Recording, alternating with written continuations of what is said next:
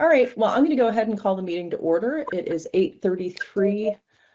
This is the State Board of Education monthly meeting, Wednesday, February 18th, 2026. And Suzanne, are you running the meeting this morning? Yes, I am. Thank you. Would you mind starting us off with a roll call? I'll be happy to. Thank you. Brian Campion. Here. Mohammed Job. Here. Caleb Greenwood. Here. Tammy Colby. Good morning. Tom Lovett. Here. Brianna Marsh. Here. Cynthia Stewart. Here. Rich Werner. Here. Secretary Saunders. And Chair Samuelson. Here. Thank you. Good morning, everyone. Are there any amendments to the agenda? I have one. I have one too. Okay. I didn't know if I could get a couple minutes just to do a quick update on the State Aid for School Construction Advisory Board. That would be great. Do you want us to put you in under committee updates? Sure. Great. I'll go last. Okay. Okay. Yeah, we will put you in. Thank you, Rich.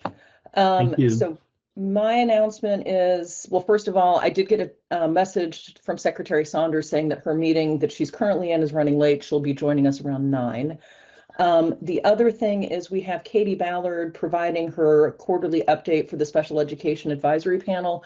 She's got a commitment this morning, so I don't think she'll be available at her scheduled time. What I told her to do is if her timing works out, she's going to join us when she's able. And we've got kind of a short meeting this morning, so she'll try to join us. And I just told her that we would take her up whenever she appears.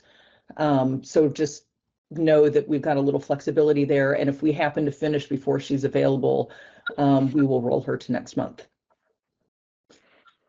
So with that, I will turn it to public to be heard. If there are any members of the public who wish to address the board, you can raise your hand on the Teams platform or *5 if you're calling in.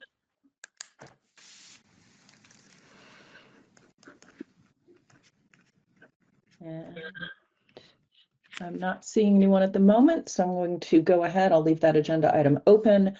Next up, I will entertain a motion to approve the draft meeting minutes from January 21st, 2026. I'll make that motion to approve the draft minutes of the January 21st meeting. Thank you, Rich. Is there a second? Second. That seconds it. Okay, Tom, I'll take it. first. Gotta get in there. Gotta get in there. Any discussion?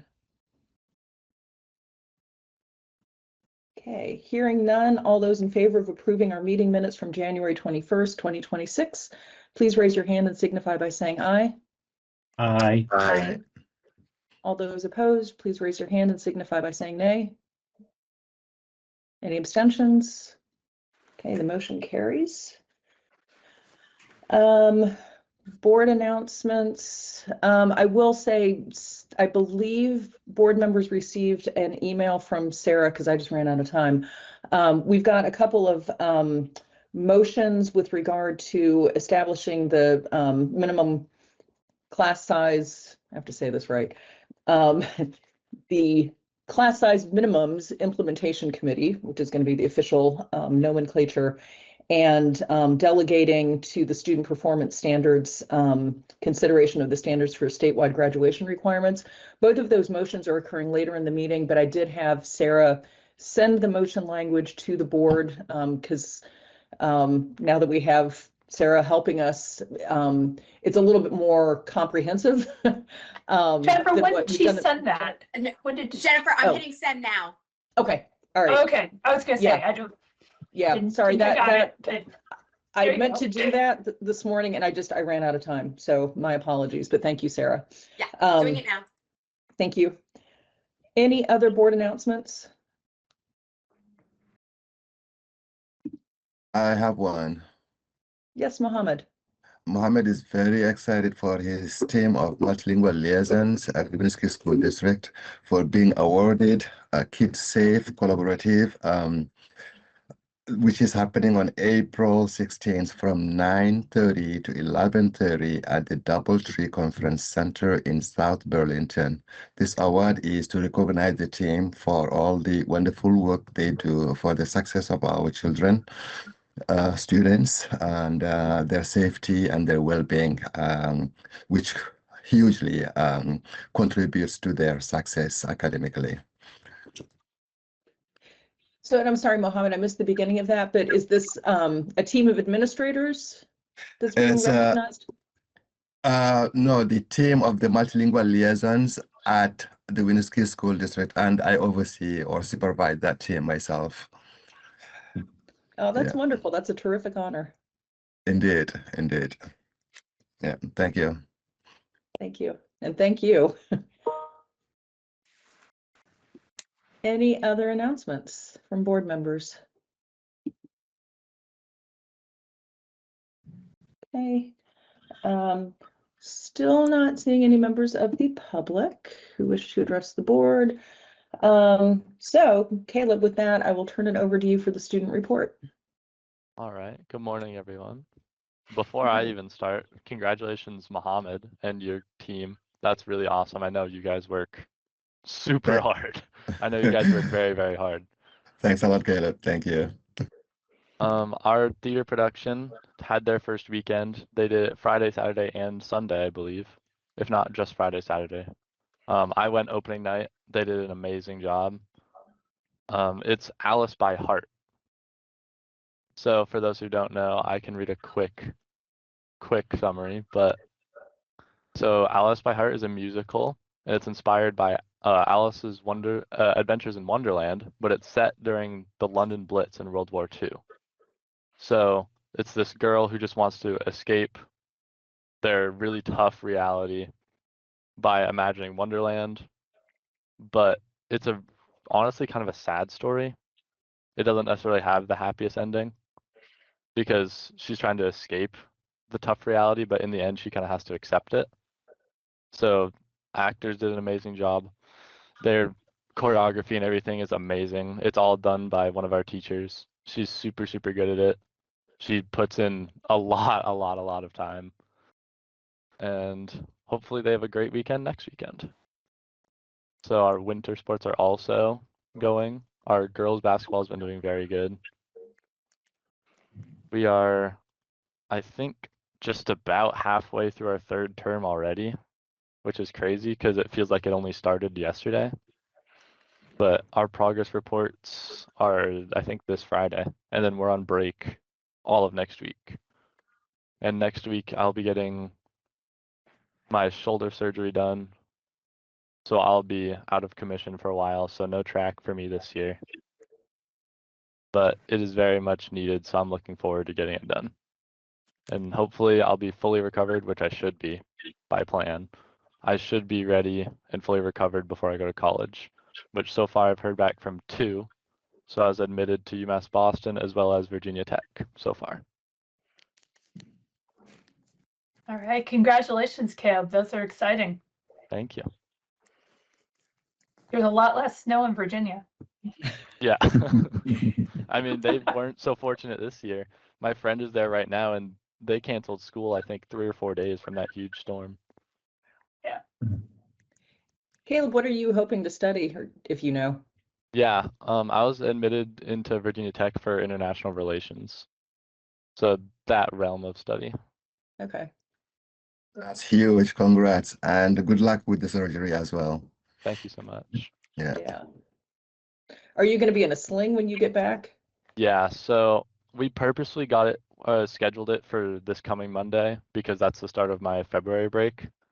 Because I'm gonna have nerve blockers for, I think the surgeon said 4 days. So like basically all break. And once I get back into school, I'll be in a sling, depending on how fast I recover, like 3 to 4 weeks. And then I'll be doing PT for like a couple months. Wow. Because I tore my labrum. And then also some cartilage is missing. in my shoulder, so they're gonna repair that and also stabilize my shoulder. Wow. It's good that you can schedule it over a break. Yeah, I was really fortunate for that. I'm gonna have to learn how to write with my left hand for a little while though. So I'm sorry that I don't live closer to you because Alice by Heart actually sounds, I would love to see it, but a little bit of a haul from here. Yeah, I believe it. All right, any other questions or comments for Caleb? And then Caleb, you need to make a decision for college by April 1st, is that? Or May 1st? Yeah, I think May, but it also depends on, I think, each college. Yeah. Well, that's an exciting decision. Can't wait to hear what you ultimately choose to do. Thank you. I'm excited as well. So I told my kids, this is not a bad problem to have. You can't go wrong. Yeah, I'm really happy so far. Thank you. Brianna, I'll turn it over to you. Good morning, everyone.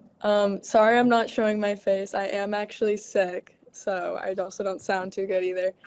But not much has been going on for our school lately, but our basketball program has been under way, and they're actually doing really good this year. We've only lost a couple of games, and I think this season's actually nearing its end because we just had our girls' senior game last week, and I think our boys' senior game is this week, so that's our last home game of the season, and then they're going to go off into playoffs, which I'm very excited for them because it's looking pretty promising. And then for our theater program, that's still going along. We don't know, I'm not sure when the dates are going to be when we're going to actually do the play, but it's not for a little bit. Our director did just have to cancel some of the practices because this week is actually dedicated to Winter Carnival. So we do Spirit Week this week, so each day is dedicated to something else and you can dress up for it. And then our dance is actually Thursday, and then we do a Winter Carnival day on Friday, so that whole day is just dedicated to games where everyone can have fun and whatnot. And then one thing that has been huge for our school right now is there's been so much talk surrounding the phones right now because they're kind of thinking that they're going to put in place when we get back from break, which is next week, that everyone's going to have to put their phones in these pouches. And it's I'm pretty sure you guys have probably all heard of it, but it's basically where when you put your phone in it, it then locks because it's a magnet. And then at the end of the day, they can open them back up. But so everyone is very upset about that because they just. Are you on mute? They just don't want to do it. And so many of the kids have already figured out ways how to get around it. So they're already trying to come up with ways to not participate in that.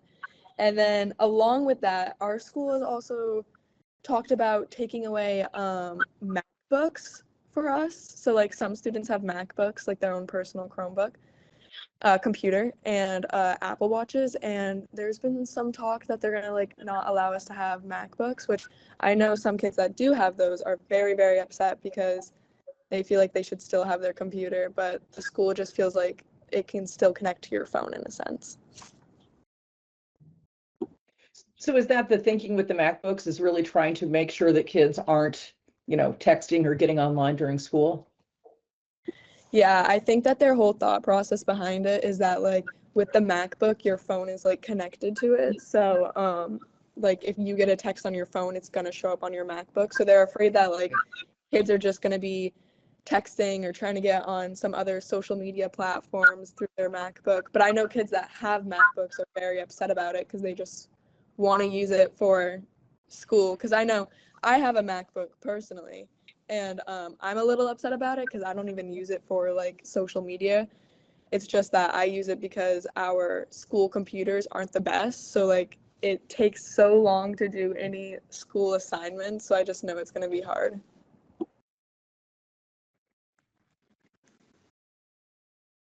All right, thank you for the report. Do we have questions or comments for Brianna?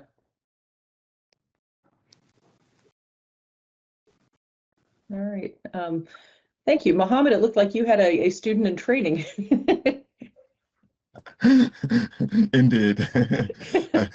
I pushed him away. I said, "No, right now, maybe later." There's more room for another student report. All right, Brianna, thank you very much. And sorry you're not feeling well, but thank you for joining us this morning. All right, I am going to give one more glance over. Still don't see any members of the public who wish to address the board. We will have time again at the end of our meeting, so I'm going to close that agenda item B out for now. And this brings us to committee updates. So Tammy, I will start with you. Good morning. The Standards Committee met and we reviewed the WIDA standards, which are, as just to remind the board, those are the standards for English learners. We had a nice discussion. We had a nice discussion with AOE. Stephanie Vogel came and talked with us about that. For now, we have tabled further work on the standards pending some questions and topics that we wanted some more information on, including, I think, importantly, the fact that the term that the student group English learner is not defined anywhere. And so it's unclear to whom those standards would apply, right? And so for them to be applied consistently across districts in the state, we would have to have a uniform definition. And that likely would need to be either in the EQS or some other or statute or something along those lines. So AOE is going to come back to us with a recommendation on a definition. We also had some discussion about clarifying in the agency's memo to us about the fact that English language learner instruction is first instruction. This isn't part of tiered systems of support. So a couple things that we asked for them to do, and they're going to get back to us. We're hoping that we'll have that information back to us in time for a March meeting, and that we'll be able to review and approve at that point. Thank you, Tammy. Any committee members want to add anything to Tammy's report? All right. So I will provide the update from the Legislative Review Committee. We met on Monday. We had Senator Bongartz and Representative Conlon join us, kind of in sequential order, just to provide an update on current legislative issues and priorities. Both of them touched on the work of Act 73. Both of them described that things are rather fraught in the General Assembly right now. I think Senator Bongart said every day things change on a daily basis. Things are very fluid. I think Representative Conlon said that the process is a little bit murky at the moment. So, and I think this is kind of par for the course. We're still in the earlier stages of the legislative session, and I think there's always a flurry of activity at the end, but both of them did acknowledge, I mean, that this is really, these are hard decisions that our legislators have been tasked with thinking about, discussing, and resolving. So, a lot of gratitude to our elected leaders for taking on this challenge. Senator Bongartz also mentioned that there are a couple of acts that have passed out of the Senate. One is S-208, which is an act relating to standards for law enforcement identification, as well as S-209, which is an act relating to prohibiting civil arrest in sensitive locations. And they are currently working on S-227, which is an act related to creating immigration protocols in Vermont schools. And as Senator Bongartz described, these are sort of three interrelated acts that are really addressing what we're all seeing on the national stage with ICE coming into communities. And so just trying to provide some protections in various locations. So they are working on that. Both Senator Bongartz and Representative Conlon mentioned that last year, when the General Assembly gave to the state board the charge of coming up with recommendations with regard to schools that are small by necessity and sparse by necessity, and the focus was really on by necessity because small schools and sparse schools have already been defined in statute. it seems like the legislature intended that the state board was actually going to carry that work through to completion, as opposed to what the board did, which when you read Act 73, we did what was requested in the act. We provided a recommendation and we gave it back to the General Assembly. I actually did overhear, I believe it was Ledge Council came in and spoke with House Ed and acknowledged that there was a little bit of a disconnect in Act 73. So I think, you know, the ball is clearly in the legislature's court what to do with that recommendation from the State Board of Ed. It may come back to the state board. If it does, you know, we will address it at that point. But at least for now, we've done what we were asked to do, and they need to figure out what the next steps are. And Representative Conlon has also put up a proposed district map, which he acknowledged was a starting point.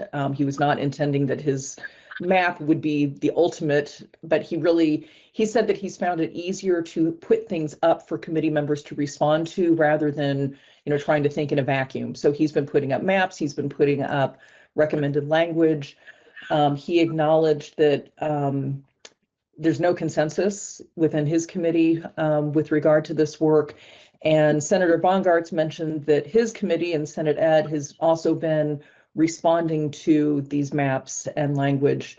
So they're engaged in the work, but again, it sounds like really challenging discussions and hard decisions are being requested of committee members. So did I capture everything, Tammy and Ryan? I'll turn it to you if you want to add in anything.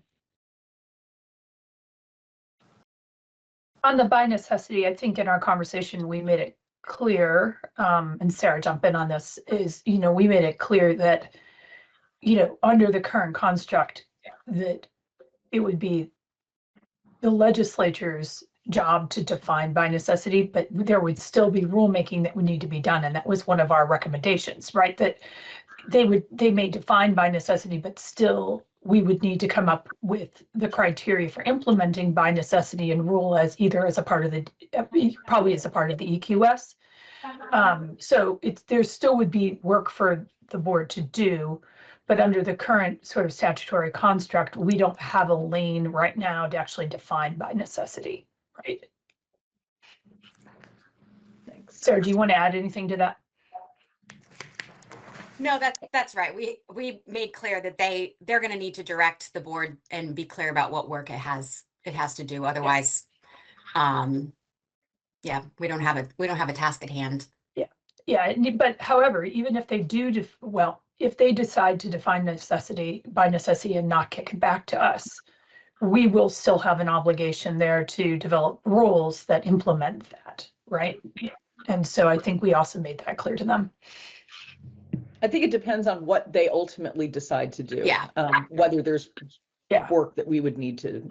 Yeah, if they took, I guess, let me rephrase, if they took our recommendations on the face, there would still be work to do and rule. If they take it further, then maybe not. Right, because they could just define it in statute and that would be the end of the story. Yeah. Well, if they defined it in statute, they would have to define all the other things, right? Which would be the process by which AOE would use to do, right? Like there are all these other pieces that we identified in our recommendations around the process and the timing and things along those lines. And so we didn't make recommendations on those kinds of implementation details. We only made a recommendation on the definition.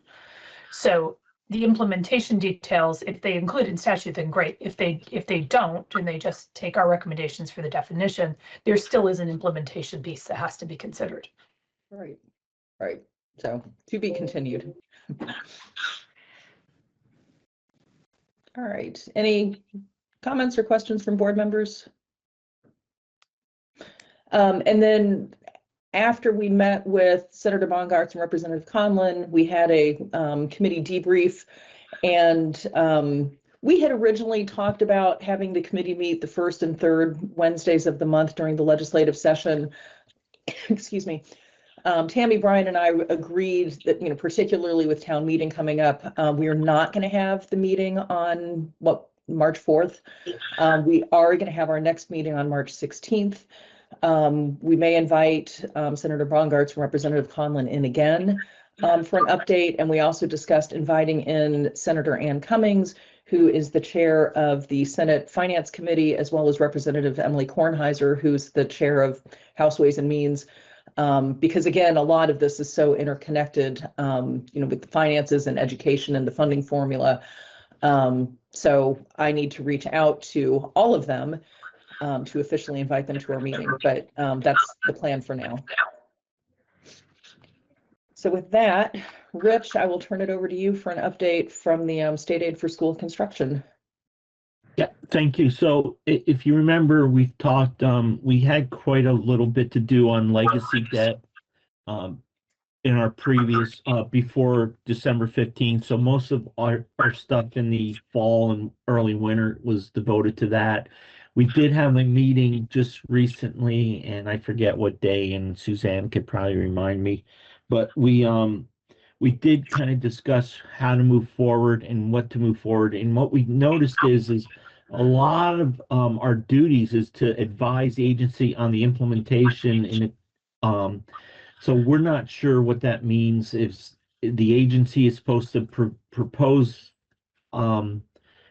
language and then we review it, or if we're supposed to propose language. So we are going to meet in the beginning of March and have try to get Secretary Saunders and somebody else from AOE to come in and have a discussion on how this all works. We also have a board member, or a member on the committee, I'm sorry, the group, to who reviewed all the charges, and kind of a lot of this stuff has been done by different groups in the past to kind of put together a reference sheet on what's been done and what hasn't been done, and which acts are part. There's so many different acts that kind of play into this. So we are, I know Suzanne sent out a doodle poll, and we are looking to meet sometime in the second or third week of March, first or second week of March. And that's kind of where we're at. Not a great update, but hopefully after this next meeting, we'll have a lot more guidance and kind of be more focused on what we're supposed to be doing and where we're supposed to go. Thank you, Rich. Any questions for Rich? Please don't ask any questions. Well, I appreciate you taking this on and your leadership on the committee, Rich. It's not an easy job because it feels like there's a lot of disparate components to this that you guys are trying to tie together. Yeah, maybe not as confusing as some of the other committees that the board is serving with. But I will say, yeah, it is very confusing. And what was really interesting is a lot of the people on this group have served on other very similar groups in the past. So there was one gentleman from the bond bank who was saying that, or talking about how to also maybe make the group more relevant. And so we're going to discuss that with the secretary, I'm sorry, and at our next meeting too. And there were some suggestions on some stuff that we could do to help if we're waiting for the AOE to present items to us to review. Then there are some other things maybe we could do just to keep the committee up to speed and maybe help inform and give some suggestions in the future too. Great. Thank you. Okay, just giving a quick look. Zoe is with us. Good morning, Zoe. Hello, good morning. I'll be on camera in just 10 minutes. How's Okay. everyone? Now, are you ready to do the secretary report, or do you want us to give you a minute?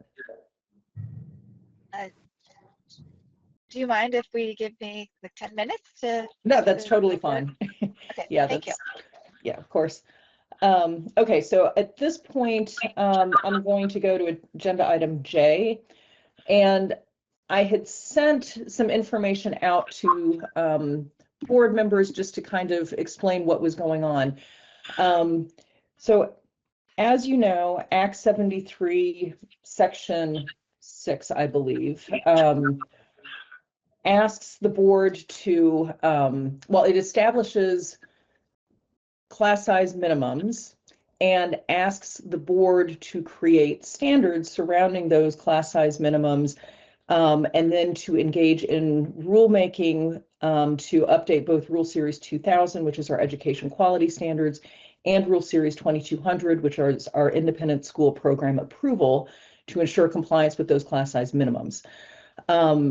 What I realized, and I apologize that I was, didn't connect the dots on this earlier, but I realized shortly before the Student Performance Standards Committee meeting, two things. One, the Student Performance Standards Committee is really looking at standards that arise pursuant to the board's authority under 16 VSA 164.9. So for instance, the WIDA standards that the committee is currently considering, that arises under 164.9. Common Core, similar thing. The class size minimums, those arise pursuant to a different statute. It's 16 VSA 165A9. A little confusing, but different statute. So they're not performance and content standards that arise under 164.9.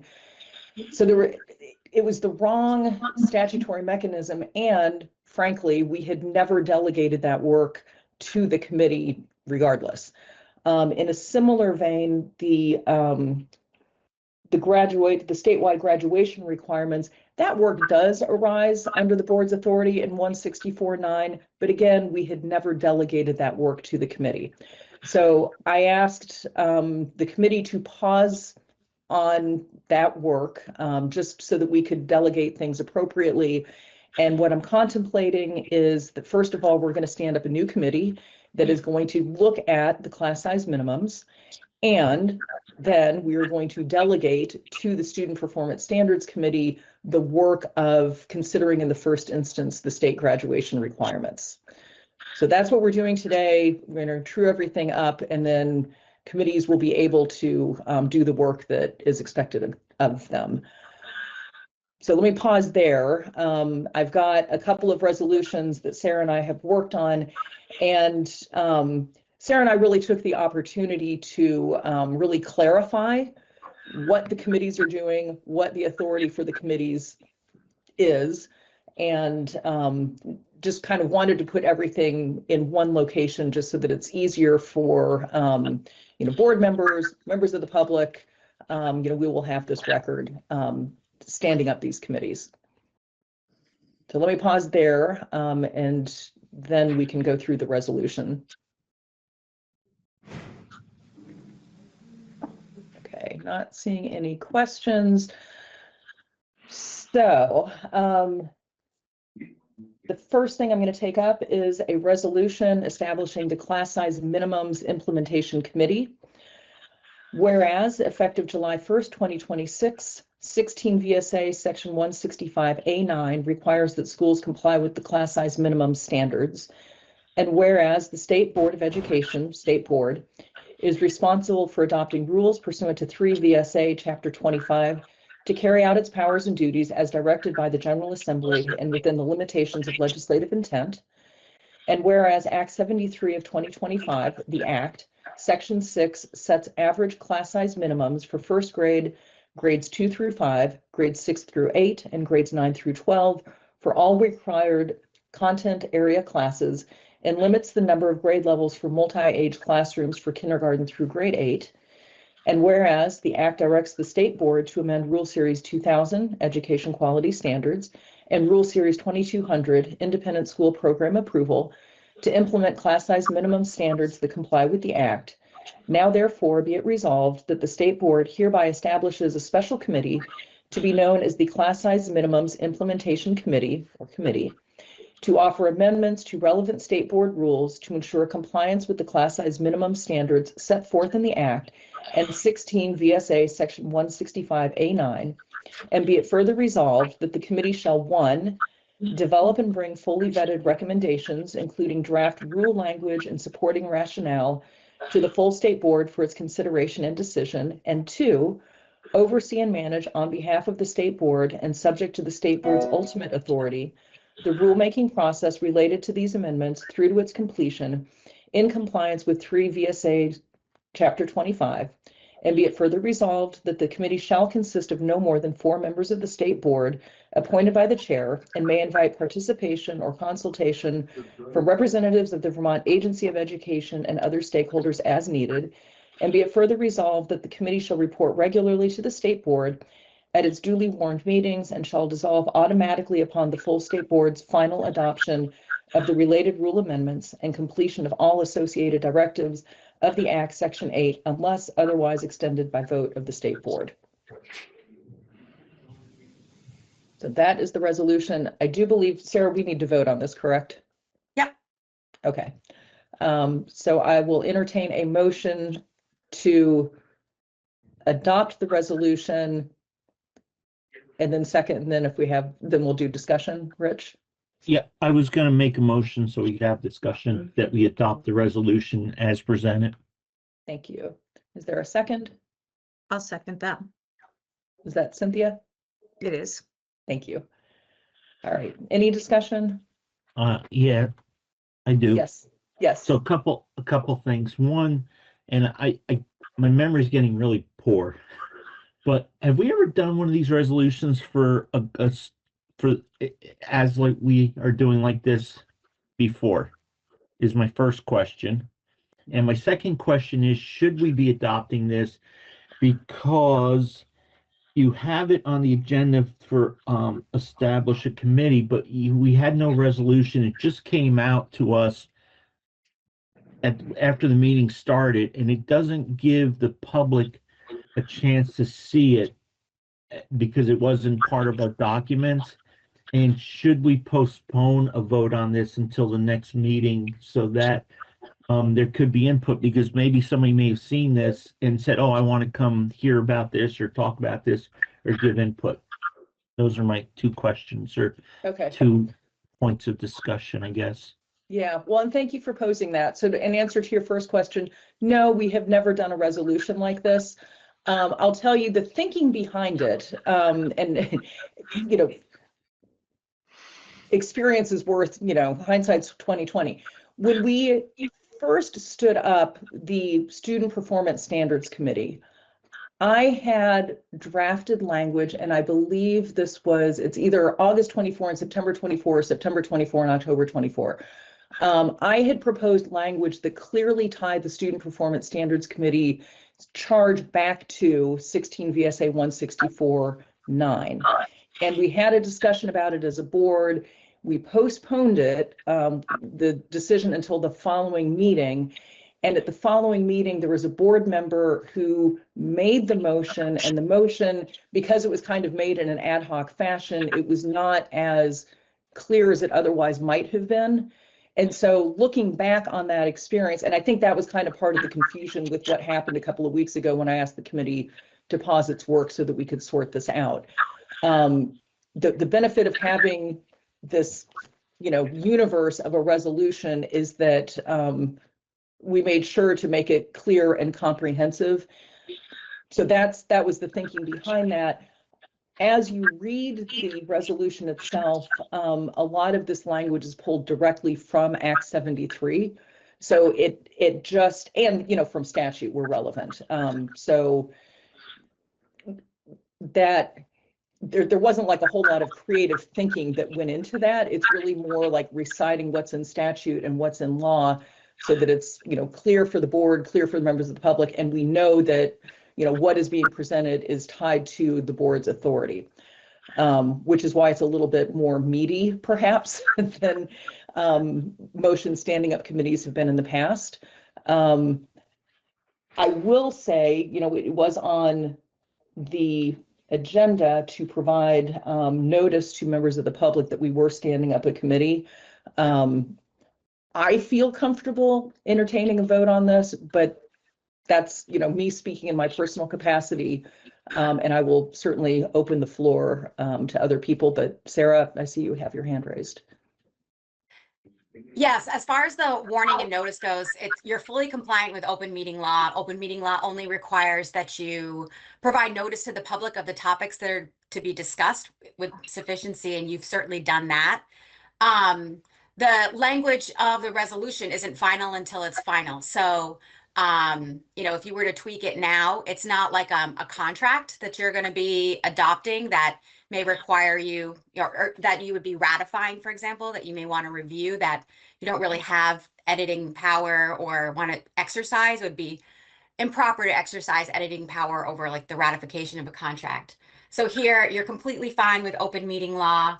And with regard to the resolution versus just a motion, this really is more in the province of Robert's rules and the way that boards and committees work. And it was clear that there was a lot of confusion that kind of came up when Jennifer and I were talking about this a few weeks ago. So I recommended that just for the future, that when you do decide who's doing what work, when you have a lot of members, that we should just reduce it to writing.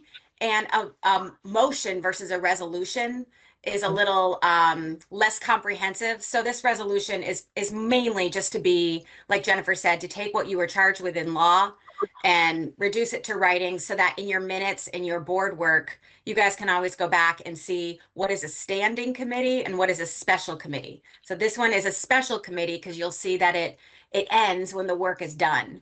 The next resolution ratifies that you have a standing committee that has work that is continuous. So I see Tom's hand raised, but Rich, your hand is also raised. Do you want to respond to that before we go to Tom? No, let Tom go, and I'll go if nobody else wants to go, hasn't gone yet, and I'll go the second round. Okay. All right. Thank you. Sure. Tom? Yeah, thanks. I was listening carefully. It sounds like this committee would have to open up the 2000 series and the 2200 series in order to do its work. And I'm assuming that there would have to be at least 2000 series would be opened on the next agenda item. I'm wondering how that works, because it sounded like this committee, in order to get the rulemaking done, would have to open up both series of rules. And I think once the rules are open, the rules are open. And so I'm wondering how, if we adopted this resolution, how that would play out. So the class size minimums, Act 73 directs the board to open up EQS and 2200 by August 1st of this year. Graduation requirements, Act 73 directs the board to open up EQS by August 1st, 2027. Which frankly, I will say, Tammy and I have both testified before House and Senate Ed and have pointed out, I mean, we all know opening up a rule series is long, involved. It takes a lot of time. And when I think about the, financial resources as well as board member capacity to contemplate opening up EQS twice in a 12-month period, it feels like a lot. I would personally be much happier if we could just open up EQS once instead of thinking about doing it once for class size minimums and then again for graduation requirements. But currently that's the way it's set up in Act 73. We have requested some clarity from the legislature, and both Senator Bongartz and Representative Conlon acknowledged that they need to get back to us, but whether they will, I don't know. And so at least for now, we're kind of stuck with the deadlines that are in Act 73. So two different chunks of work that at least right now, we can't really roll together, unfortunately. Sarah? I think Rich wanted to go. I don't mind waiting, but I have something to say related to Tom's comment. No, go ahead and finish, Tom. Oh, okay. Well, first, I just want to clarify, just so everybody is crystal clear, that committees do not open rulemaking. The board opens rulemaking. And so when the board initiates rulemaking, what you're doing in this committee is you're asking this committee to oversee the work that a board is charged with during rulemaking, such as notice of the draft rules, responding to comments, the public hearings. The chair may ask, the chair of the committee or other members to join her at ICAR or LCAR or other things when you have to sort of explain what's happening. But I just wanted to make sure everyone knows that it's the board's authority in rulemaking and not any particular committee. This charges the committee also with bringing fully vetted recommendations. So that may be recommendations both for 2000 and for 2200. Jennifer, I would actually argue just a little bit that since the board opens up EQS, it depends on the pathways with this work and what you just mentioned about the legislature perhaps reconsidering the implementation deadline for class size standards. But there could be, just looking at math, because rulemaking takes about 8 months, there could be a path where one committee has come up and vetted its recommendations, brought it to the board, you've considered those, while another committee is also making recommendations on another part or other parts of EQS related to graduation requirements or other such things. And when the board initiates EQS, it may be able to marry those various amendments through one rulemaking process. But it's all going to depend on the timing and the synchronization of the work of those committees, at least with regard to EQS. So I don't know if that makes it clearer or less clear, but wanted to set that. Thank you. Tom, does that answer your question? I think it answers it as much as it can be answered. I think the answer to my question is yes. That was the answer that I heard. And so I have other concerns about what that looks like, and the amount of work that it would take to do both of those things at the same time. But I think I heard the answer. I think I understand the answer. Okay. Rich? Well, I like to say I really appreciate this because, you know, when we met in Whitingham, I really hate motion by committee, or, you know, when somebody starts to make a motion and 6 other people. So I think this makes it very clear. So I'm really good with that. I'm okay with Sarah's kind of saying that, you know, this meets all the public requirements. But again, I really think to be even more transparent, I would really like to see these go out ahead of time so people have a chance to look at them. But I won't argue that. And I'd like to also amend my motion, and I would like to add something to this.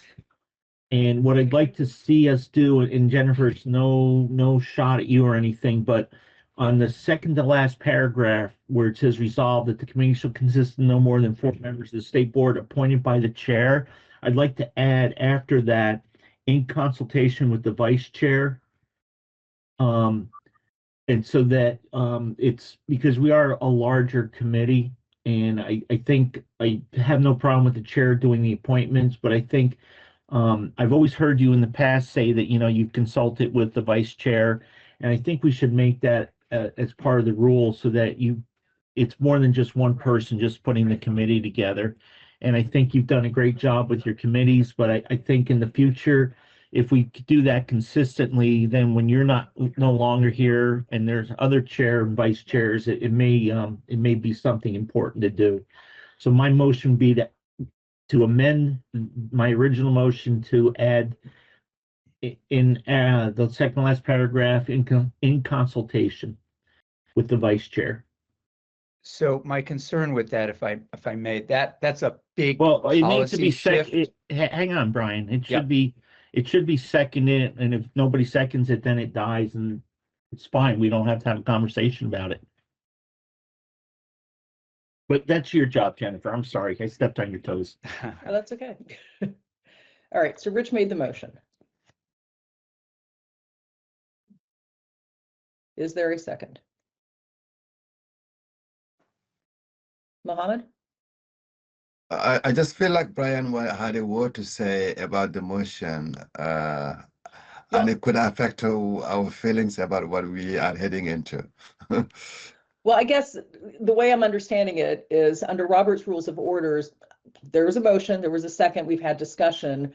Then procedurally, Rich moved to amend the motion. So he's made a motion to amend, there has to be a second before we discuss the actual amendment. And so Brian was going to discuss the amendment, but if there's no second to the amendment, there's no discussion, and Rich's motion to amend fails, and then we revert back to the original motion. Okay, so it sounds like people want to discuss. If they want to discuss, I'll second it. Thank you, Tammy. Brian. Yeah, no, I was just going to say, I mean, it really concerns me. I mean, this isn't standard policy to alter the way that the board operates, not only now, but going forward. I think this isn't where you would put this kind of policy shift, if you will, and again, in terms of the operations of the board. So I would encourage people not to support the motion. It can always be discussed at another time. It can certainly be raised when we look at again, the ins and outs of board policy within our own sort of roles and responsibilities. But I don't think this is a good step for us to take.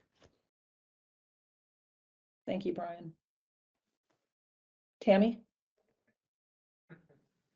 Without commenting on the motion itself, what I would say to remind us all is that we've never done a resolution like this, per what Sarah said. So Brian, it's actually not a policy shift because we just haven't done it before, right? So this is the first time we've done it. So like I mean, that was part of Sarah's point, right? Like we've never done a resolution like this. So I don't know, since we've never written it down, there isn't anything written down to compare it to. My point is, if we're going to say now that the chair, and perhaps I misunderstood the motion, now must consult with the vice chair, whoever that might be in the future, on committee appointments, formalizing that. My point is, this is not the space in which to make that change. Sarah, I have a thought, but Sarah, you're first. I think you're into the parliamentarian zone of the conversation rather than the policy part of the zone. And I was just going to try to pull up your rules. I mean, this board has adopted Robert's rules, and you have a rule of procedure, and it involves how committees are selected. And I'm trying to pull that up now. I would think that a change like this would be more appropriate to be done in changing your own internal operations as opposed to a piecemeal approach to this. I think it can be very complex and confusing if you do it in this piecemeal fashion. And this is probably more of a conversation around how you would change your operation and in your rules, how you adopt provisions like this. Thank you. What I was going to say is, and it's been a while since I've looked at the statute, but I know that the statute doesn't even contemplate the board having a vice chair. I mean, this is something that we've done. So I think with regard to, we've never done a resolution before. I mean, this is substantively still the same. It's just in a different packaging. So there's nothing, it's more formal. But it doesn't change substantively what the board has done in the past. It's a different mechanism. Rich, your point does change substantively what the board has done. So let me just forecast, when this comes to a vote, I'm not going to vote because I don't think I should. I will also say, anecdotally, I did talk to Tammy about this, so I'm not personally, it doesn't affront me to think that, the board might want the chair to consult with the vice chair. But this is a substantive change that I think, Sarah, your point about doing it piecemeal, I hear that point. Rich, and then Tammy, and I just want to make sure I'm not missing anyone else. Okay. Yeah, I'm sorry, and I disagree a little bit because this is kind of a big change. So I was just trying to set something in the future, And I was going to say, it's not, I know every time, Jennifer, you've talked to me, you said, yeah, I've talked to Tammy and, we're going to ask you to do this, or we're going to ask you to be on these committees. So I figured since we are finally going to do something a little bit more, with writing it out and putting it down, I thought it would be a good thing to add for the future. So that's all. Thanks. Not that I don't trust you, or I think you're gonna, stick me on a committee, out in the back, and I don't get to do anything fun. But All right, thank you. Tammy? Sarah, can I ask you a question? So, and this is just as my naivete on procedure, but so is it the case that in our rules, sort of our operating procedures right now, that there's no vote, right? So what this says is that the chair appoints. Is it the case that when we approve the resolution, we're also approving who the chair has appointed to the committee? Is that part of the vote? Because maybe that, I'm just thinking like maybe that's part of this, right? So that, right, like maybe that's the sign off, which says, well, here's the resolution, the chair's appointed these people, right? And as a part of the resolution, it's not just for people to be named in the resolution kind of a thing. You understand what I'm saying? Because maybe like that's not a consultation thing. Like, so that seems like that's within the lane.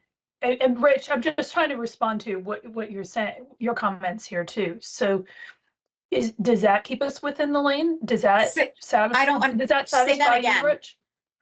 Well, so would it be that in the resolution we would say 4 people, I think it's 4 people, subject to approval of the board, right? Like who the people are.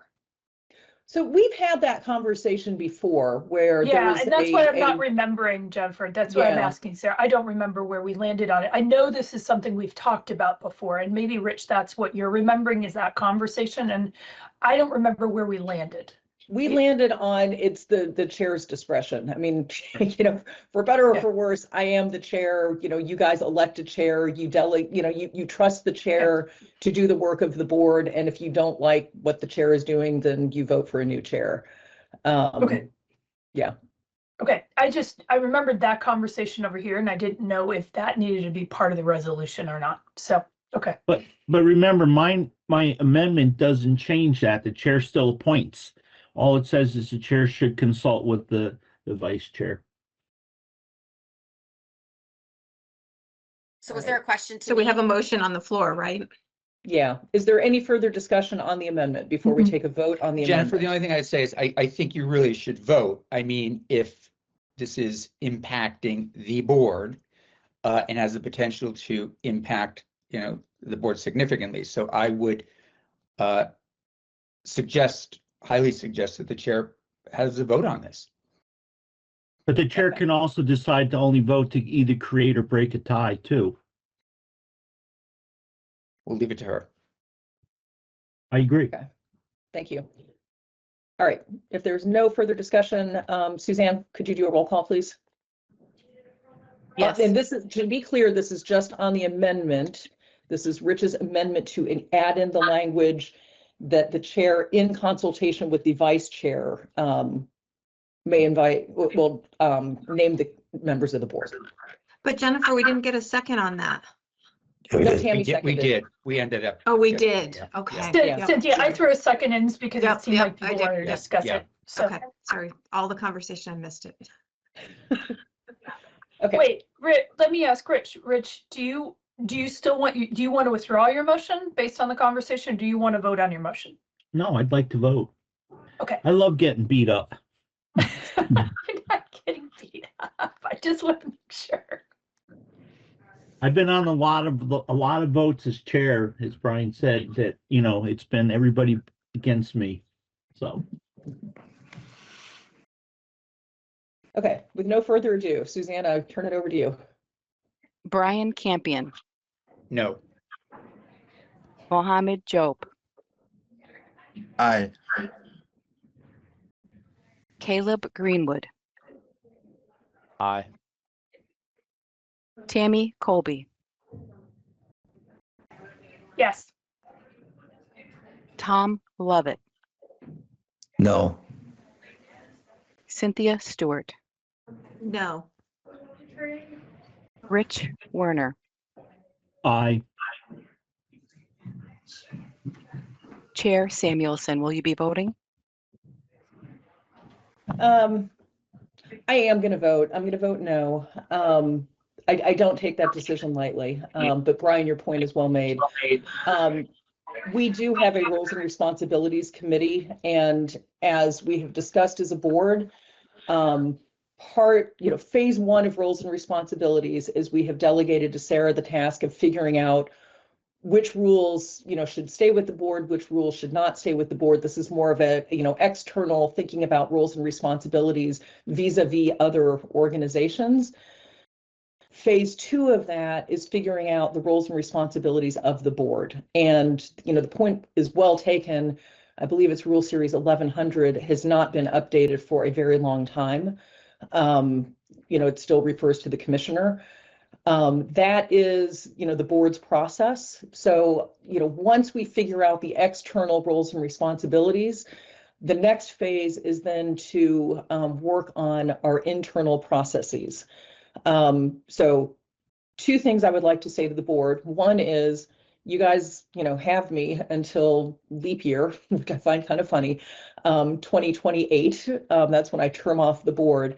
When I think about what I want to look back on as my time on the board, I really want to get this cleaned up. I think the board has been sitting in a place where it's unclear to members of the public as well as members of the board, what we're doing and how we're doing it. I think, getting a, dedicated council has been really helpful in that regard. But I want to get this work done because I want to be able to look back at my time on the board and be like, hey, the agency got elevated to an agency in 2012, and the board was able to sort of finally figure out what the agency was keeping, what the State Board of Ed is keeping. I would like to be a part of that work. The second thing I will say to you is, personally, my pledge to you as chair of this board is that I will continue to consult with the chair, or the vice chair, I'm sorry. Tammy and I think have a good working relationship, try to keep those lines of communication. Can't speak for future chairs, and Rich, your point is well taken, but I pledge to each of you that I will continue to do that.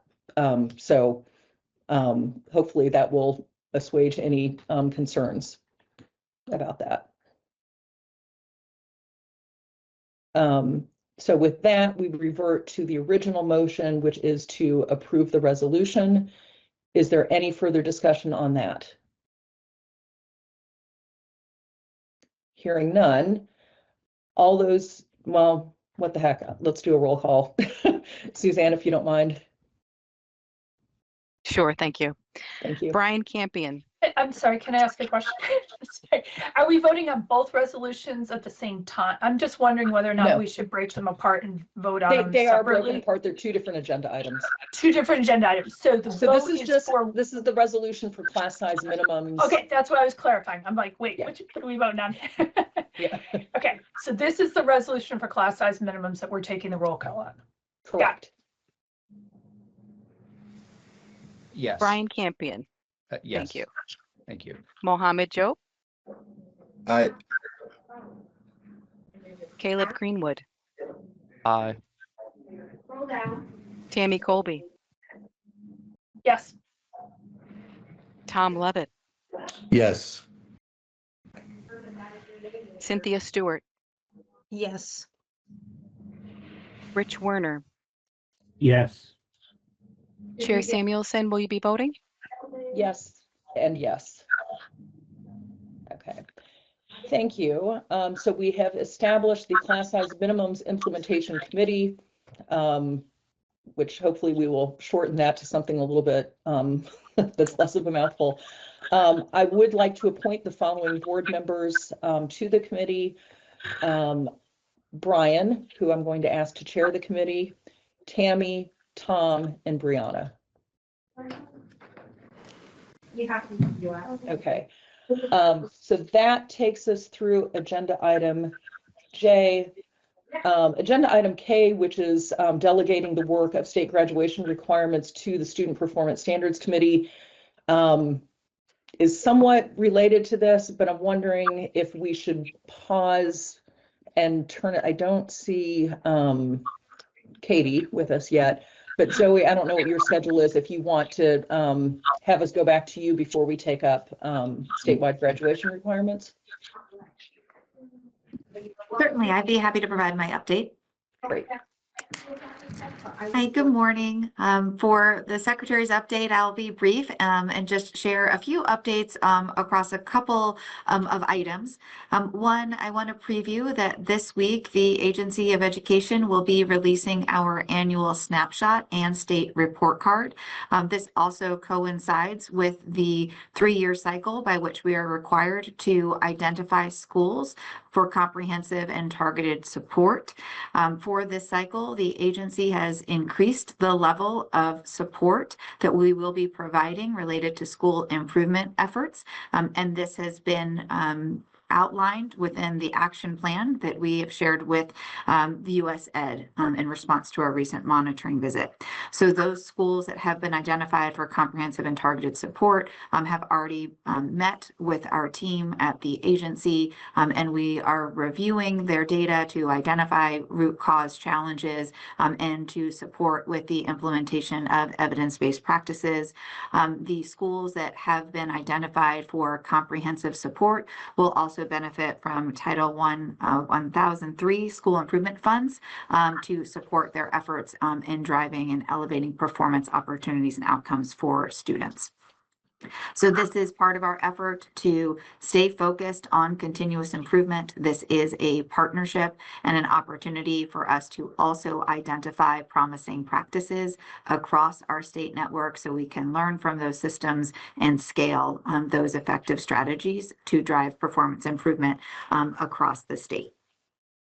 Relatedly, there are a few other reports that we will be producing this month. One additional report will be providing an update on the implementation of Act 139 and sharing our baseline results related to literacy, along with the implementation of the screening tools and practices in schools that was required through that new legislation. Additionally, within that report, we will be outlining our efforts related to Read Vermont, some of the impacts that we've been able to achieve thus far, and the plans ahead to partner with our schools and districts in promoting literacy outcomes.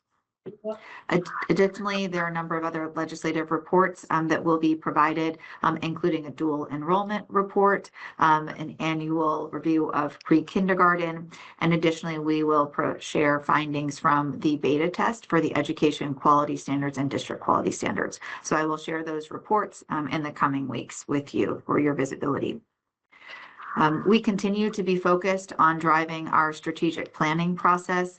We have launched our steering committees. We are really pleased by the level of participation and engagement from educators and partners across the state of Vermont who are all interested and willing to collaborators to ensure that the work we're doing at the agency is really aligned to the realities on the ground, and that the goals that we're setting are both ambitious and feasible, and that the work we're laying out will really drive performance improvement and add value in supporting our statewide efforts to elevate our performance in a variety of different areas. And we are taking a holistic approach in setting goals across the 5 strategic pillars, and always monitoring our progress in terms of advancing those goals.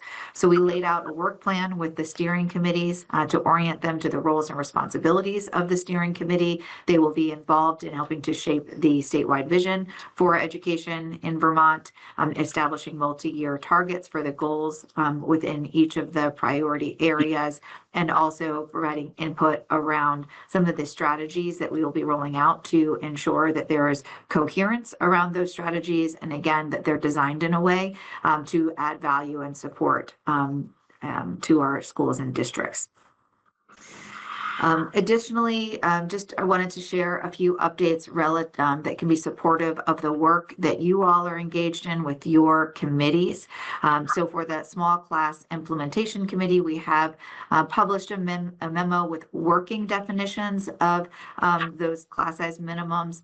We were really clear in working with the field that this does not supersede the rulemaking that will occur with the state board, and recognize that there may be some revisions that occur through your process, but it is our hope that these working definitions will be supportive of your initial engagement with identifying the class size minimum. So that is a resource to you, and know that you will continue to engage others. Related to the graduation requirements, which I know is a topic that you will address after my remarks, did want to note that we are in conversation with US Ed. I've shared previously that the monitoring visit from US Ed identified uneven rigor with our graduation requirements, which is really part of the momentum and the impetus to move towards statewide graduation requirements. We have submitted an action plan. US Ed is aware that legislation has been passed and that there is a path in place in order to for the state board to finalize those graduation requirements. We have received an early indication from US Ed that they're concerned about the timeline and would like for that timeline to be accelerated. So just want to point you again to the recommendation that we have in the graduation proposal to actually finalize those requirements by December of 2026. So that's both important to comply with the requirements of US Ed, and even more important as we think about the work that schools and districts need to do to operationalize those requirements to support, course offerings. So just want to share that and reinforce our recommendation of that December 2026 as you're thinking about your work plan. And then related to the legislative committee, just briefly share, we continue to be a partner and a resource to committees and sharing data and research and also sharing realities of the ground to guide informed policy making. So related to the maps that are being reviewed in various committees, we have provided some guiding principles to consider as those committees are engaged in earnest in evaluating those district configurations. Our point of emphasis is really connecting this to the larger comprehensive reform efforts and connecting governance, funding, and quality, and recognizing that there needs to be a review of how changes to governance impact funding and quality. Related to the foundation formula, we are continuing to provide data and cooperating with the Joint Fiscal Office to ensure that we're all clear on those assumptions as JFO finalizes the foundation funding formula for the state. The Joint Fiscal Office has contracted with American Institutes of Research to be their lead researcher, and we have met with them to share data and resources with those lead researchers as they proceed in making those final recommendations for the base amount and the weights, along with any other considerations around the overall funding system. Additionally, as we have shared previously, we are required to provide some recommendations and considerations around the movement from the census block funding to the weighted special education funding model that's proposed in Act 73. As we noted in our earlier report, we felt we needed some additional resources to respond to the requirements of the legislature. So we are actually going to produce a separate report just as a literature review to evaluate those conditions. Our focus within that work is really more about implementation considerations from an agency, and we'll continue to share all the information with JFO as we work forward to create alignment.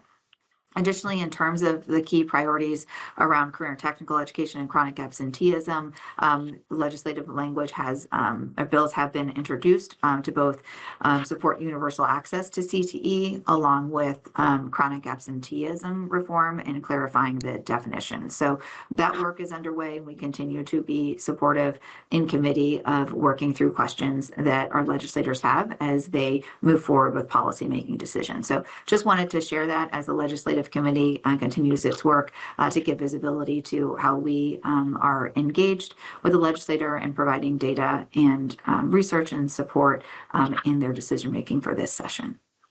So that would conclude my updates for today. Thank you, Zoe. Tammy, I see your hand is raised. Yeah. Hey, I just wanted to follow up on a question that Tom asked at our last meeting about who was on your advisory group for the class size minimums. I know he specifically asked if an independent school representative from the independent schools was involved in that discussion. And I think in general, we had asked for a list of individuals who are on your advisory group, and I don't think that we've seen that list. And I know I heard you reference that group again today. So it'd be helpful if you could share that with us. Sure, we can follow up with the list of the working group members. So I would clarify that the way we established this was absolutely as a working group. And so as we proceed with our work, the steering committees are really designed to help us to drive kind of that strategic alignment statewide.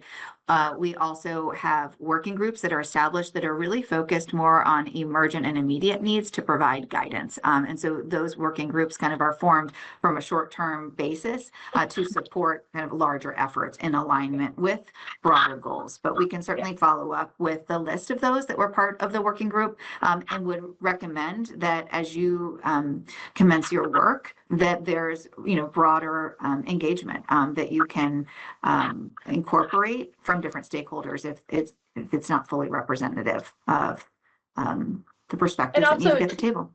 As a working group, did it meet once or multiple times? Or I think now I'm feeling a little confused. Yeah. So again, this was a direct response to a need from the field. We were receiving a lot of inquiries from our superintendents and business managers to give some initial guidance for this budgeting cycle. And so the way that we work always as an agency is we pull together a number of experts across the field to help us identify where there are areas of ambiguity and try to achieve some consensus to establish those working definitions. And that's exactly what we did in this instance. And so we pulled together a team to provide some of those initial considerations. They did meet several times. We sent it out in terms of our channels of communication to invite participation in that committee. And we were really clear that this working group is established to identify some preliminary definitions to guide the work, and that this will be a starting point as the State Board of Education really looks into rulemaking to make those determinations and provide clearer guidance as they move forward. And you're referencing the guidance that you put out on February 6th, correct? Which is after the budgeting cycle. Or was there other guidance that came out? Yeah, so we were working with the field in providing some of those initial guidance. And then, yes, we did document those working definitions. Those are helpful as the superintendents are working with their school boards as they kind of evaluate different budgeting adjustments that may need to be required as we move forward with approval of those budgets.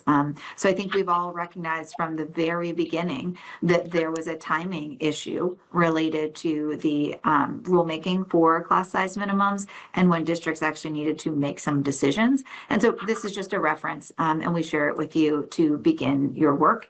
Also knowing that this is a process to get into alignment with class size as is outlined within Act 73. So great. It'd be great to see the list of the working group members. Thanks. Sure. I put my hand up, but maybe I'm the only person. Zoe, did I hear you say with regard to U.S. Department of Ed that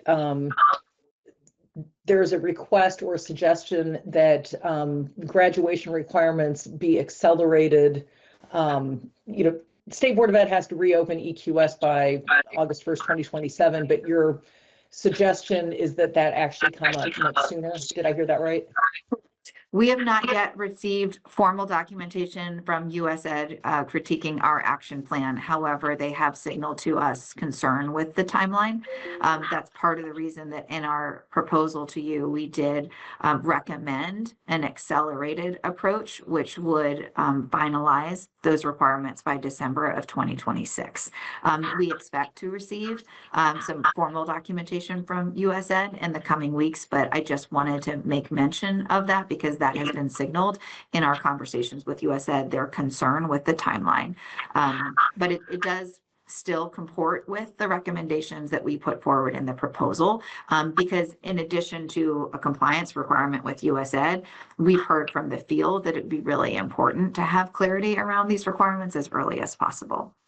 Right. So, and I'm just thinking, back to earlier in the meeting, and I can't remember if you were with us then or not, but, that Act 73 has the State Board of Ed opening EQS, once for class size minimums and then again for graduation requirements.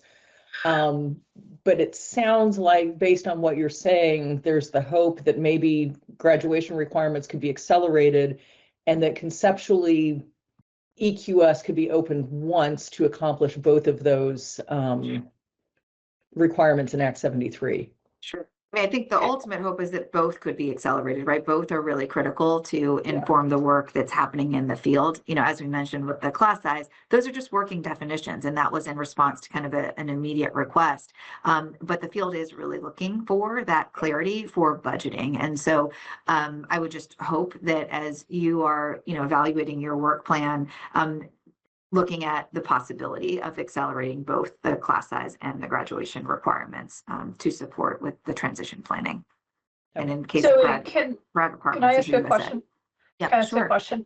In your communication with Ed, if the state board had adopted the standards, right, but we had not finalize that through the rulemaking process. So the board has made, right? So we're about to open the rules, but the standards we've adopted them, right? I believe that would satisfy Ed. Is that your understanding as well? Or are you suggesting that that Ed is going to demand us have this all the way through the rulemaking process by the end of the year? So we are in conversations with USAID. Okay. They know that we're being proactive. I'm just signaling that there is a concern around the timeline, and that concern around the timeline is also felt within the field. And so to the greatest extent possible, right, trying to get to that December 26th would be advantageous for everyone.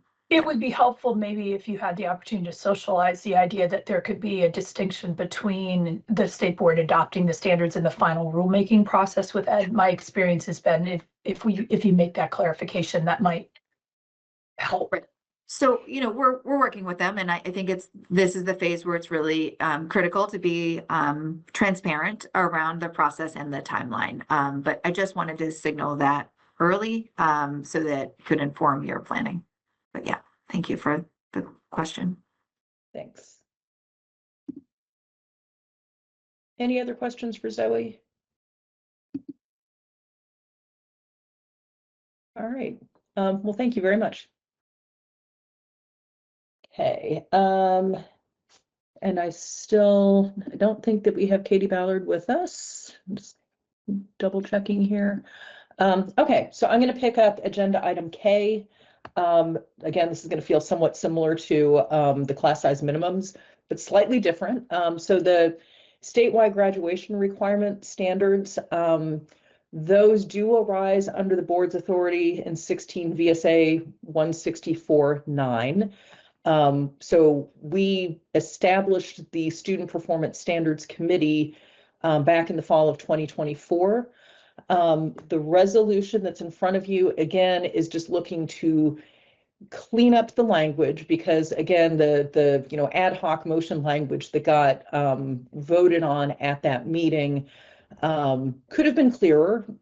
So this resolution, first of all, clarifies, the board's authority under 164-9 to consider standards, and clearly delegates the graduation requirements standards to the Student Performance Standards Committee.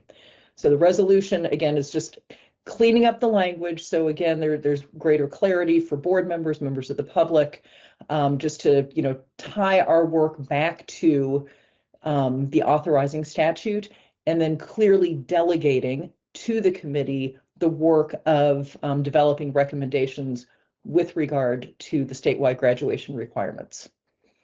So let me pause there. Are there any questions? I'll make a motion to adopt the resolution. Shall I read it first? No. I think I would like to read it, just, so that it's on the record. And if there are members of the public who are listening, they know what we're adopting. So I can read it now, or we can make a motion, second it, and then I'll read it under discussion. Oh, well, I'll make a Second it. motion. I think it's Okay. appropriate to read it now. Yeah. Okay. Okay, so this is a resolution ratifying the charge and authorizing specific work of the Student Performance Standards Committee. Whereas the State Board of Education, State Board, at its September 18th, 2024 meeting, changed the name of the committee, now known as the Student Performance Standards Committee, to its current name, and authorized it to develop recommendations for the full board to consider pursuant to 16 VSA 164-9 to implement and continually update standards for student performance in appropriate content areas and at appropriate intervals in the continuum from kindergarten to grade 12, and methods of assessment to determine attainment of standards for student performance. And whereas Act 73 of 2025, the Act, Section 8, directs the State Board to adopt standards for statewide graduation requirements based on recommendations from the Vermont Agency of Education, the agency, which shall take effect beginning in the 2027-2028 school year for the graduating class of 2031 and every graduating class thereafter. And whereas the State Board has received recommendations from the agency regarding statewide graduation requirements in furtherance of this work, and whereas the Act directs the State Board on or before July 1st, 2027 to initiate rulemaking to amend Rule Series 2000 Education Quality Standards pursuant to 3 VSA Chapter 25 to adopt statewide graduation requirements based on standards adopted by the State Board. Now therefore be it resolved that the State Board hereby ratifies the charge of the Student Performance Standards Committee and authorizes it to develop recommendations for the full board to consider pursuant to 16 VSA Section 164-9 to implement and continually update standards for student performance in appropriate content areas and at appropriate intervals in the continuum from kindergarten to grade 12, and methods of assessment to determine attainment of the standards for student performance. And be it further resolved that the committee shall, 1, review, consider, and incorporate as it deems appropriate recommendations for standards for statewide graduation requirements received from the agency, as well as public comment received from other individuals and organizations with relevant expertise or interest, and 2, develop and bring fully vetted recommendations, including draft statewide graduation standards for adoption to the full State Board for its consideration and decision, and 3, on or before July 1st, 2027, offer recommended amendments, if any, to State Board Rule Series 2000 Education Quality Standards to require that schools implement the required standards for graduation adopted by the State Board herein, and be it further resolved that the committee shall consist of no more than 4 members of the State Board appointed by the chair and may invite participation or consultation from representatives of the agency and other stakeholders as needed, and be it further resolved that the committee shall report regularly to the State Board at its duly warned meetings and shall continue to exist as a standing committee of the board unless otherwise dissolved by vote of the State Board. So that is the resolution. Rich has made the motion. Is there a second? Cynthia seconded it. Cynthia seconded. Okay, thank you. Any discussion? Okay, hearing none. Suzanne, I'm going to ask you to do a roll call, please. Okay. Brian Campion, Yes. Mohammed Joe, Aye. Caleb Greenwood, Aye. Tammy Colby, Yes. Tom Lovett, Yes. Cynthia Stewart, Yes. Rich Warner. Aye. Chair Samuelson, will you be voting? Yes, in the affirmative. Thank you. Thank you. And just as a reminder, the committee membership has not changed. We have Tammy, who is serving as the chair, and joined by Mohammed, Tom, and Caleb. Okay, thank you. Well, this brings us to future meeting planning. I think we're about to get really busy, but this is what I have on my list. We'll have secretary report Independent school approvals, my guess is that we might have extra schools in our March meeting because the committee was not able to meet in February. But we will take up the schools that come before us. We'll have committee updates from student performance standards, legislative review, class size minimums. Rich, might there be an update? Yes. From school construction. Let me just add that to my list. State aid for school construction. It looks like we will be getting the SEEP update in March because, again, I think the timing just didn't work out for Katie to join us today. And Sarah, I'm wondering, Sarah had discussed when she first came on as the board's attorney that she could do sort of mini trainings for the board. Not to throw you on the spot, but that might be, you know, if we've got time on our agenda, if you might want to put something together for the board. Yeah, I do. As part of my practice, I do trainings for some of our clients, particularly a lot of municipal boards on things like Public Records Act, open meeting law, ethics, a variety of things, board governance, duties of a board, things like that. So if board wants to hear one of those topics, some of those I would coordinate, like public records, I'd need to coordinate with the agency because they have, you know, specific processes they have to follow to support the board and, you know, public records requests. But if any of those topics are of interest, I can provide a mini training. Board members, anything that kind of rises to the top there? Open meeting law? So, Sarah, I'm curious, you know, and Jennifer, just building on the comment you said earlier about, you know, and I'm forgetting the rule number, is it 1100 or 1000 or, you know, this thing that has to do, it might be good to just talk through what's in there and use this as an opportunity, both a training opportunity, but also an opportunity for the board to start to think strategically about how that might be revised. Procedure, yeah.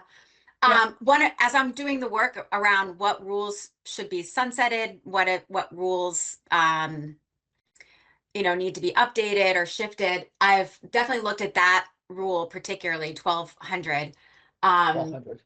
And I'll reserve sort of final counsel on that, but where I have it in the bucket of things that, you know, typically you wouldn't adopt this procedure, like the fact that you're doing Robert's Rules of Order and the way that you just do some of your work. That's really unusual to be in a rule.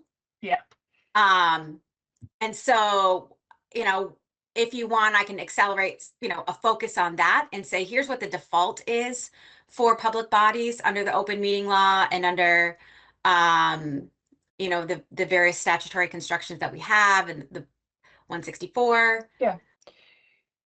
Well, I think that raises another question for me. I don't know that I understood that you were doing all that work. And so maybe on our next agenda, for our next meeting agenda, Jennifer, we could have an update from you and Sarah talking about the work that's being done and reorganizing the rules. That would be really helpful to understand sort of what that looks like. And I didn't realize that we were actually doing that work. I guess I thought that would come through the Rules and Responsibilities Committee. Well, I think that Sarah and I have not had a conversation about this. Just want to put that out there. Okay. She has been chipping through, you know, looking at the rules. And I think is that, as we all know, the rules are voluminous and it's not just confined. I mean, first of all, there's our rules, but I think also Sarah's looking at statute generally. And there are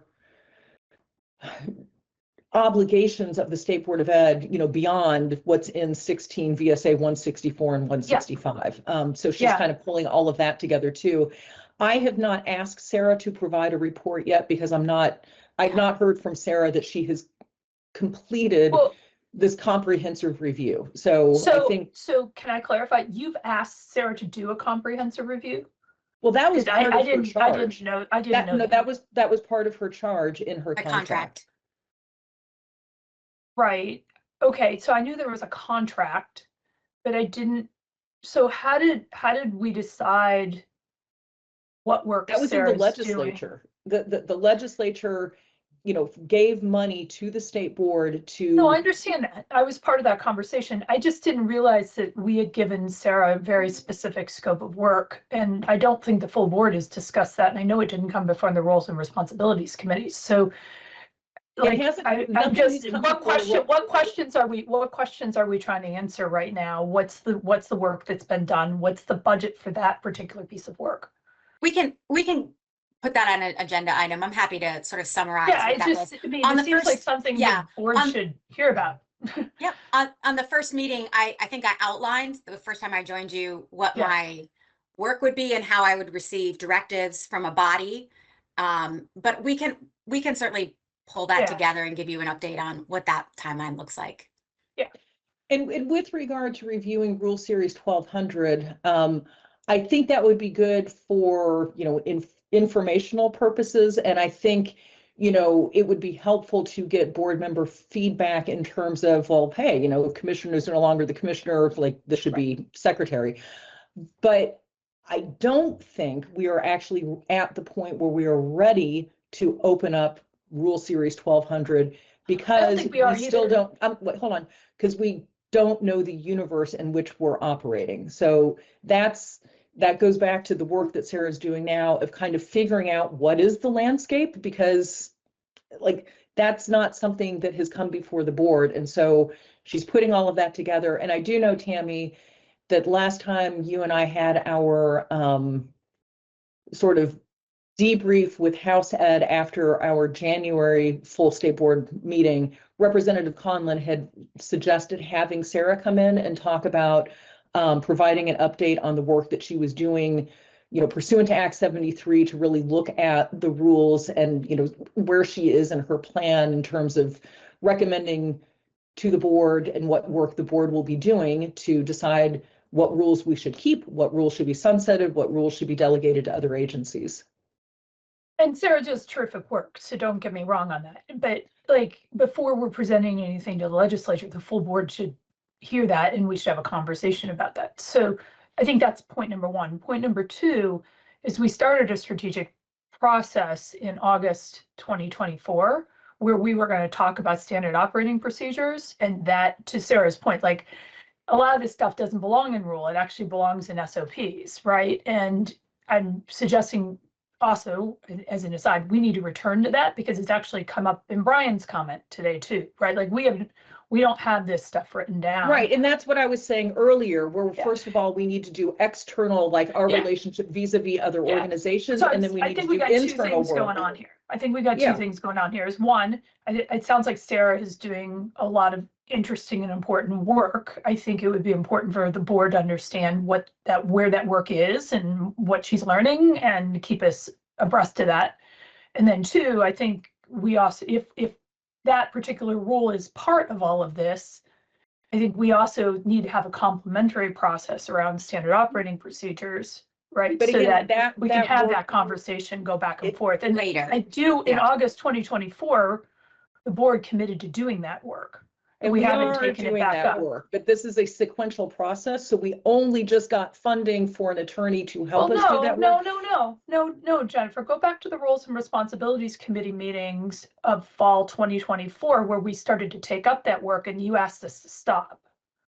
Correct. So no, that's not the case. We actually did start that work on the Roles and Responsibilities Committee, and that work around standard operating procedures is not rule. To Sarah's point, it's not rule. It's standard operating procedures, and that's work that we should be doing. Right, but my point that I made then, and I'm going to say it again, is that it's hard to craft standard operating procedures if we don't know the lane in which we live. So we know the lane in which we're going to live, right? We can't stay in perpetual limbo waiting for the legislature to make some edict about what the state board is and is not going to do, right? Tammy, We've been in this lane since 2012. This is why we have Sarah. We have funding to go through the rules and figure out. I'm not talking about the rules. I'm talking about standard operating procedures. I am talking about the rules. Well, that's why I'm saying we're talking about two different things. Okay, but once we figure out what rules we're keeping, then we can figure out the world in which we live. And so it's hard for me to come up with standard operating procedures that guide the board's work if it's not clear what work the board is doing. That's my point. Procedures around chair versus vice chair has nothing to do with the rules. Standard operating procedures are how we do our work. Those operating procedures in large part should be agnostic to what rules we have and what rules we don't have. And that was what we agreed to at the August 2024 meeting. And we have not returned back to that. And just this morning, we had a conversation related to that where this is unclear. And so I understand, and I get it. Yes, we need to do this rules overhaul.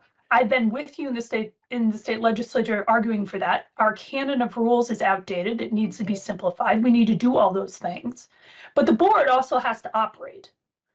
And the board is that operating. Rule, and a lot of that stuff is in that particular rule that, like, we shouldn't have Robert's Rules of Order in that rule, right? But if that rule is going to go away, which it probably is, regardless of whether it does or does not, we still have to have standard operating procedures, right? Lots of us serve on lots of boards. I mean, that's just how boards operate. I understand. And I do think that we have a very high functioning board, and we do have But that's not what the board agreed to in August. Tammy, in hold August on, hold 2024, on. we agreed that we were going to do this. Tammy, could you let Jennifer finish, please? Because it's getting hard to understand the back and forth. So you can go back and read the minutes, Tammy. We put that work that we started in the August 2024 retreat. We put that into roles and responsibilities, and roles and responsibilities decided that we needed funding to help us figure out the work that we did. Go back and read the minutes. The work that we were doing, and now we have an attorney who's doing the work. And so there is a process that has been in place that started in August 2024, and we are going according to that plan. So the work has not been paused. I'll pull together the stuff and we can talk about it another time. Sarah? I was just going to say, I'm happy just to take this and we can make it an agenda item to talk about what my work is. And I can just give you an update on how I see the work plan evolving. Great, if you want. thank you. Yep. But that, to be clear, Sarah, your work plan is with respect to the rules, correct? No, and I'm happy to provide the whole update and an agenda item. So you're working on standard operating procedures for the board too? My role is also as general counsel to the board. So I have a very broad role under the contract. And I'm happy to wait, go let me through clarify. that. You're working on standard operating procedures for the board and you're working on revamping the rules? I am not currently working on standard operating procedures, but it does come within my contract of work to be assigned. But it has not been assigned. Correct. Yeah. Okay. So I can give the whole update. Yeah.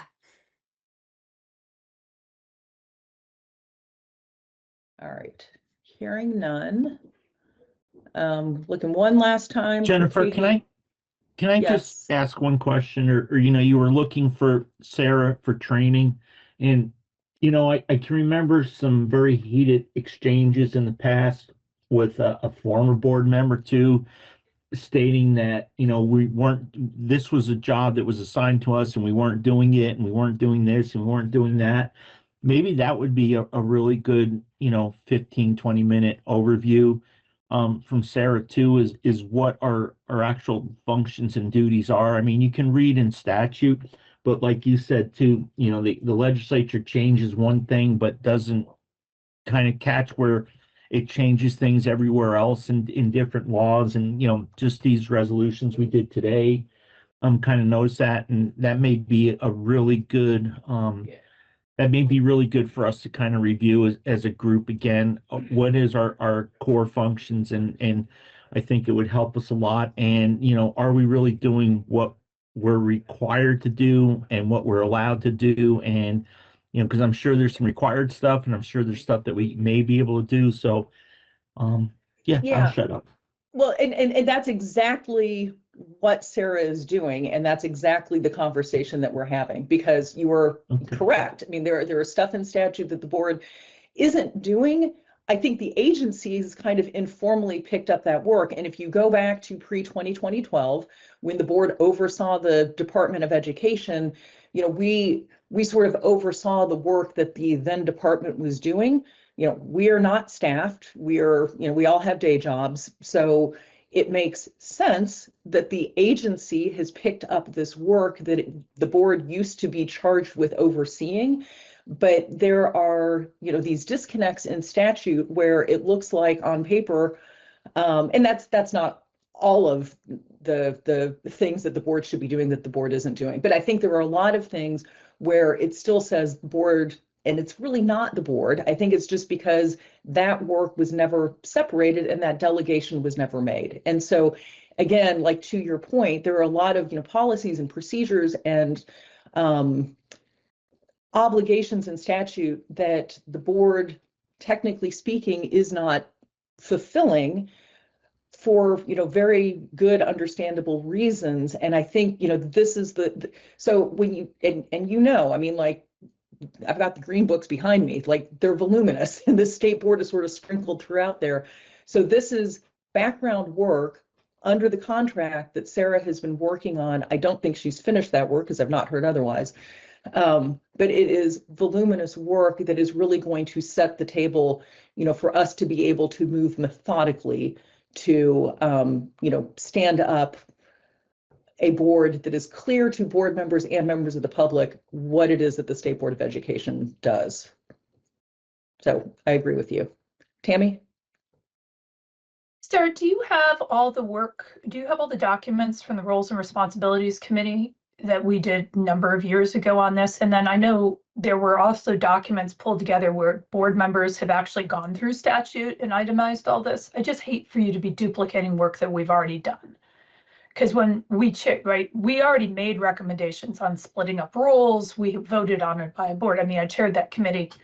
And then we also, I know as in preparation for our retreat in August, there was materials pulled together by board members where they went through statute and they itemized all this, chapter and verse of where we were cited and all of that. I just hate to burn through additional resources having you do all that work that the board has already done.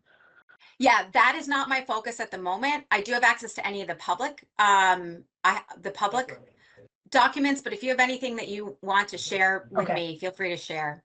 Yeah. Well, and I do know, Tammy, I mean, I think what you're talking about is the work that Kim did to sort of pull all of that together. I do believe Sarah has access to that. And I had also mentioned to Sarah that Emily Simmons from the agency had also gone through.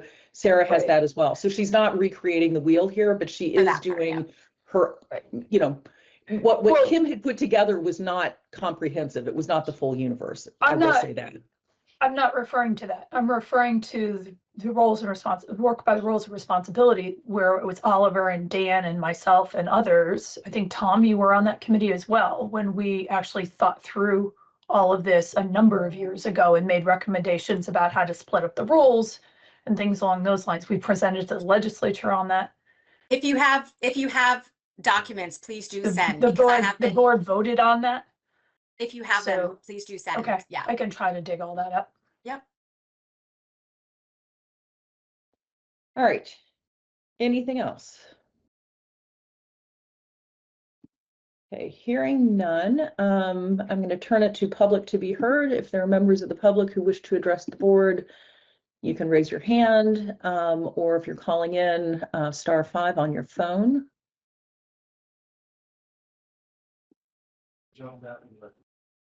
Not seeing anybody. So with that, I will entertain a motion to adjourn.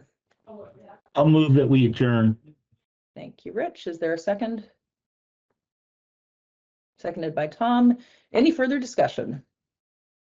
Hearing none, all those in favor, please raise your hand and signify by saying aye. Aye. Aye. Any opposed?